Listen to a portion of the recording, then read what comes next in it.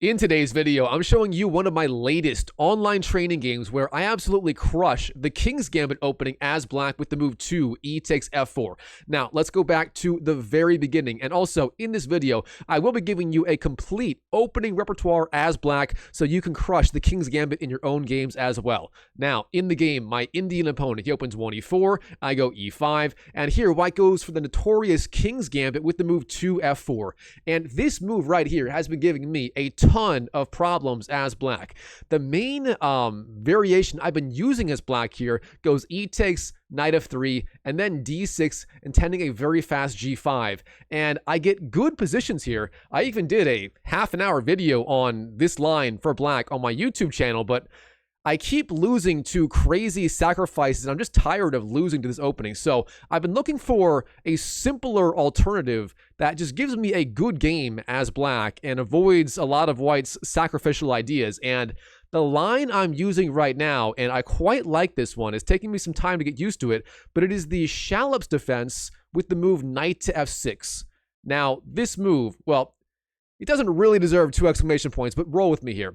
This move right here is if you're just trying to get a simple game against the King's Gambit, get a good position without having to know a ton of theory, I'm starting to realize this might be the solution. So I'm still playing around with it. And the idea behind this move is twofold. First of all, if white goes for the move e5 here, then all you do is knight to h5. And at first glance, this knight looks kind of ridiculous here, but there is a point. First of all, this knight, it defends the f4 pawn.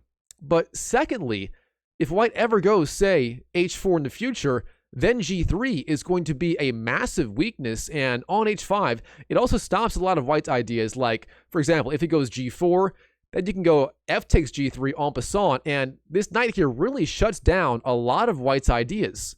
So this knight here is actually quite strong. Now, instead of that, if white goes for, say, d3 or knight c3, let's say knight c3, then what you do as black is this move d5, breaking in the center. And if white takes, you take back, and the center kind of opens up, and you're getting a fantastic game as black. You're a little bit better, about 4 or 5 moves into the opening, and you have a great game. Same thing if white goes, say, d3, you just go d5, and again, if white goes e5, you go knight h5. If white takes, you take back, and you're getting a fantastic game. Now, in the game, my opponent went knight to c3, and as expected, I went d5 here, breaking in the center. Now, here again, if white takes on d5, say e takes, I take back, and I've got a fantastic game. For example, the main line goes knight takes, queen takes, d4, and here it looks like white is threatening this pawn. However, you can just go bishop e7, intending castling, as if white does take this pawn, that's a mistake. You just go queen to e4, forking the bishop and the king, and this bishop cannot be saved. So overall, black is getting a fantastic game. Now, instead of that, in the game, my opponent went e5, so of course, I went for the key idea in the Schallopp's defense, knight to h5. And again, on h5, this knight looks ridiculous, but it is defending the f4 pawn, and beyond that, it really makes any sort of active play by white really, really difficult. Now here in the game, white went d4, a solid move, and at this point, I didn't really know what to do. I'm just starting to learn this opening. Now, in the game, I went bishop e7, and I'm learning now this is actually kind of a big mistake, and here's why.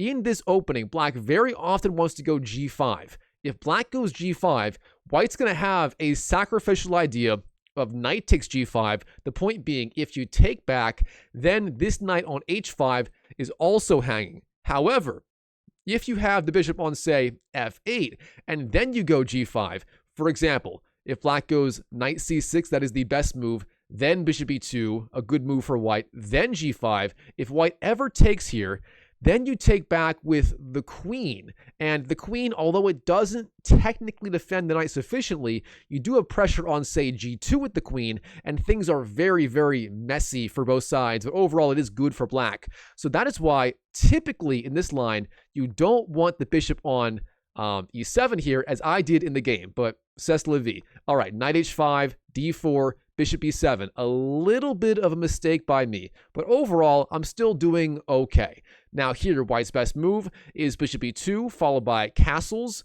Not a very inspiring plan in the King's Gambit, but what else can you do? Obviously, bishop d2 and queen e2 and long castle is kind of an awkward plan, so castling long isn't that attractive either. But in the game, white actually played the move h4. I guess he's trying to start something on the king side, but this is where this knight on h5 really shines. Obviously, you can go to g3 literally whenever you want, plump there, attack the rook, attack the bishop, the knight supported, and this is just really dangerous for white. Now, it turns out you don't have to do that immediately. Instead, you can go, say, knight c6, castles, bishop g4, and so on. And all these moves are stronger than knight g3, but in the game, I did go knight g3. Also a decent move, obviously, putting pressure on the rook and the bishop. Now here, the rook must move. Where can it go? Well, if the rook goes to, say, h3, you lose the rook. That is not a good idea. If you go to, say, h2, then you can simply capture on f1, castle, and white's pieces look a little bit ridiculous. Now, in the game, white did go rook g1 instead, a fine move. But here, I just take this pawn on the h4 square. Bishop takes h4, and look at this. I have potentially some pretty scary discovered attacks on the king, and already things are not looking good for my Indian opponent. He spent 15 seconds so far in this game, but his position is already on the verge of just completely collapsing. Now, technically, this is not that dangerous for white yet, as there really aren't any good discovered attacks for the knight. For example, if I go to, say, e2, pressuring the rook, obviously the king could just take the knight. So white is not losing yet, but it's not good for him either. Now here, in the game, white decided, you know what, we got to get out of the pin here. We have to go to d2. Obviously, king e2 is not possible as the knight controls that square. So here, white went king d2. And this is just a massive, massive mistake.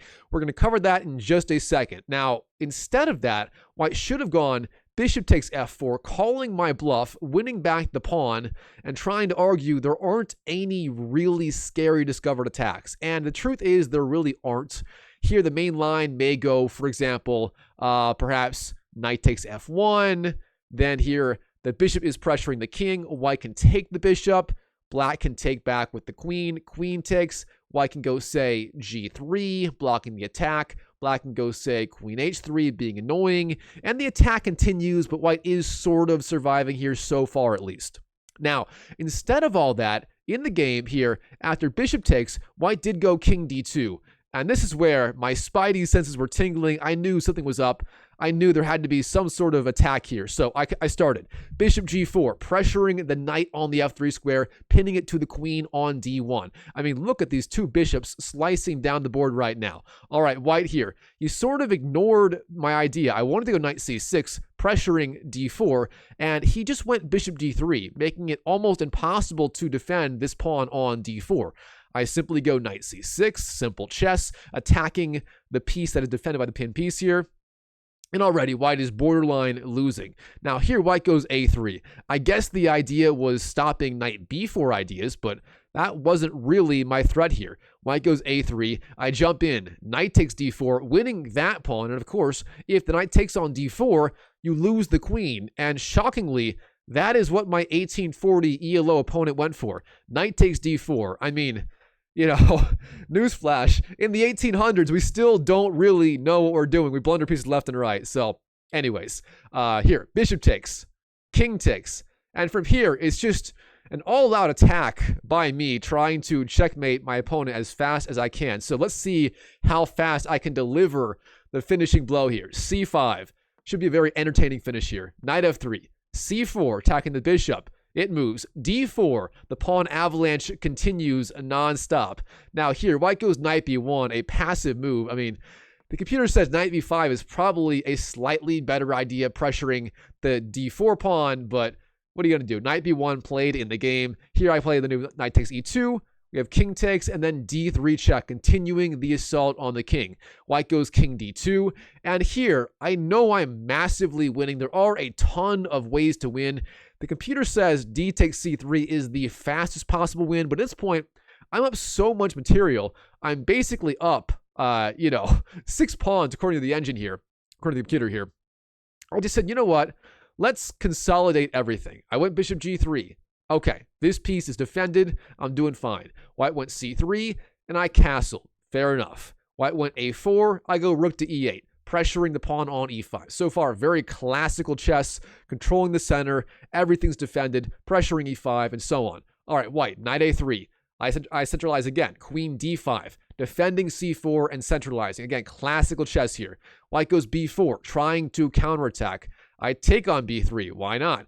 White goes bishop b2. I take on e5, rook takes e5. The idea being, yes, I give up the rook for the pawn and the knight. However, the attack continues and white is just not long for this world. So rook takes, knight takes, queen takes, rook a d1. I guess the idea is maybe king to c1, but I just go queen to c2 check, or e2 check, sorry, hitting the king, king c1, and now again, rook d8, bringing the last piece into the attack. White goes rook d2, then queen to e3, pinning that rook on d2 and threatening bishop to e1 ideas. White goes rook d1, and sure enough, bishop to e1, the point being, this rook cannot move, and if you take here, I take back the rook, winning the exchange. That is no good either. White goes knight c4, but here I just take on d2 with check. Bishop takes, knight takes, queen to e2, infiltrating with the queen again. c4, queen takes g2,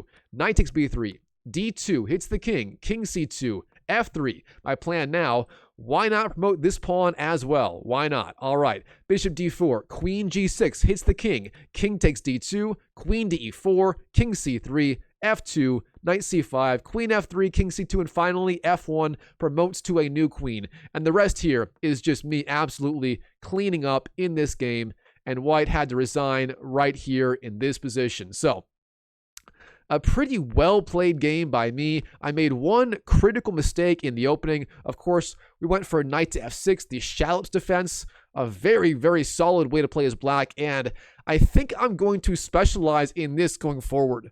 It just seems a lot easier than the main lines would say g5 or d6 here, intending g5, and it's just simpler and easier. There's less sacrifices for white. If he goes e5, you just go knight h5, get a great game. If he doesn't, you just go d5, blow open the center, and black is doing outstanding. Now here, white went knight c3. We have d5, e5, knight h5, d4. And here, really the only mistake of the game on my part that I can really see is bishop e7. Now, this move is just a strategic mistake. It just indicates a lack of understanding of the opening, but I should have this fixed going forward. Instead, the main idea is knight c6 and then g5. And again, the main difference with this line versus the absolute main lines of the King's Gambit is this knight is all the way on the h5 square. And again, this knight on h5 after, say, knight c6, bishop e2, g5, it really does limit what white can do on the king side in terms of the attack. And that is why I'm really leaning towards this variation now. But instead, bishop e7 played, and here white could punish me with, say, bishop e2 and castles. White would be a little bit better, as this bishop really is misplaced on e7. The queen needs to control this square. That way, if white ever takes on g5 with the knight, black can recapture with the queen, and the queen's active. So that is the entire point why bishop e7 here is a little bit imprecise. But instead, white goes h4, and this is just a massive strategic blunder here. He's just throwing away the game, essentially. I jump in, the rook moves, I take on h4, white goes king d2, getting out of the attack, and from there, it's just me cleaning up, taking on d4, and white, I mean, he is just absolutely busted here. So again, if you want a good defense against the King's Gambit, this is what I'm personally going to be using for the next month or so. We'll see how it works. The idea, you take, if knight f3, knight f6, and again, the idea is d5, and if white goes e5, just knight h5, and black here is pretty comfortable if you know the idea of delaying bishop e7 in favor of, say, knight c6, g5, maybe even bishop g7 instead. So that's what I'm personally going to be using. You can take it or leave it. This is just my personal thoughts right now on my chess journey to 2000 in Blitz. I'm already there in Rapid. I'm already well above 2000 in Rapid on chess.com, so trying to get there in Blitz as well. Just hit a new record online. I believe 1879 is my new baseline. So doing pretty good so far. Should be at 2000 pretty soon. But anyways, hope you enjoyed the video. I'm trying to really give you the best advice I can on how to play these openings. And you know, this is what I'm doing personally. So hope you enjoyed it. If you did, smash that like button, subscribe to the channel. And if you want to learn directly from me, I do have a free chess community. The link is in the description below. Just go to the very first link in the description of this video.